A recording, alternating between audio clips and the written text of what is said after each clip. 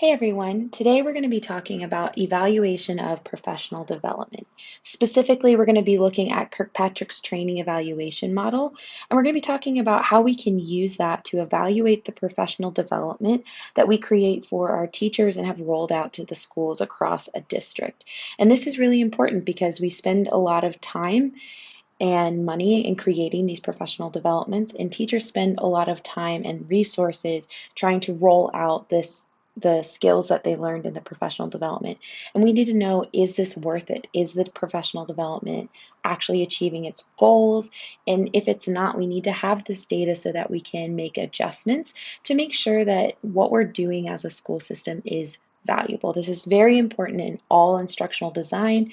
We know that from our classrooms, assessment and evaluation are hugely important and usually provide very valuable data. So for Kirkpatrick's model, there are 4 levels, and they range from reactions and feelings about learning to actually determining the return on investment. And so we're going to look at each of the 4 levels today, and we're going to talk about how we can have assessments and evaluations of our PD at each of the 4 levels and what that data can do for us. So at level 1, this focuses on the reactions and satisfaction of participants. So this should be given immediately after any professional development, and teachers can fill out questionnaires or satisfaction surveys. They can let us know, how did they feel about the learning? Did they leave feeling confident?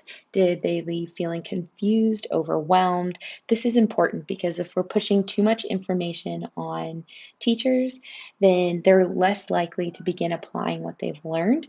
Also, if they feel more confident, we're more likely to see what they've been trained on, these skills happening in classrooms right away. This also can give us data on teachers that could be mentors and coaches in these particular topics. Level 2 is specifically measuring the learning that has happened. And so we can do this through achievement and performance tests.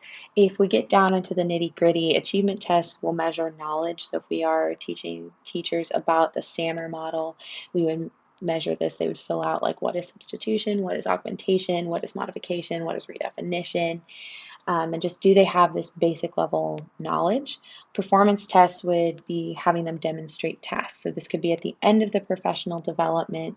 Were they able to apply the skills that we have been talking about? So this could be, for example, creating an assessment that is aligned to standards and meets the requirements for standards-based assessment. The most common way of doing this is the pre-test, post-test model. And so this would mean that at the beginning, we would need to assess what the teachers and participants already knew so that we can actually see, how did the professional development actually impart knowledge. And so as instructional designers for this kind of professional development, it's very, very important that we have those beginning and end data points, because this can help us to create maybe more in-depth professional development next time around, or it can show us gaps in what our hired teachers know, and so it can also help us to target more professional development for areas of growth. And then level 3, this is when it starts getting more difficult to actually assess learning. But this is trying to look at, how is what the teachers learned in the professional development actually being applied in their classrooms. And so you're going to want to include perspectives outside of just the learner being the teacher. So we may want to interview the principals, we may want to interview their students and ask them, like, how are these things going? How are you feeling? We could do that through questionnaires and surveys as well. This should also be taking place several months after the training. You can't measure application immediately after the fact. We need to be able to see, is it being consistently applied? Have they had the chance to digest the information? Honestly, it takes time to practice different skills. So have they had the time to actually practice and become skilled at what they've learned how to do?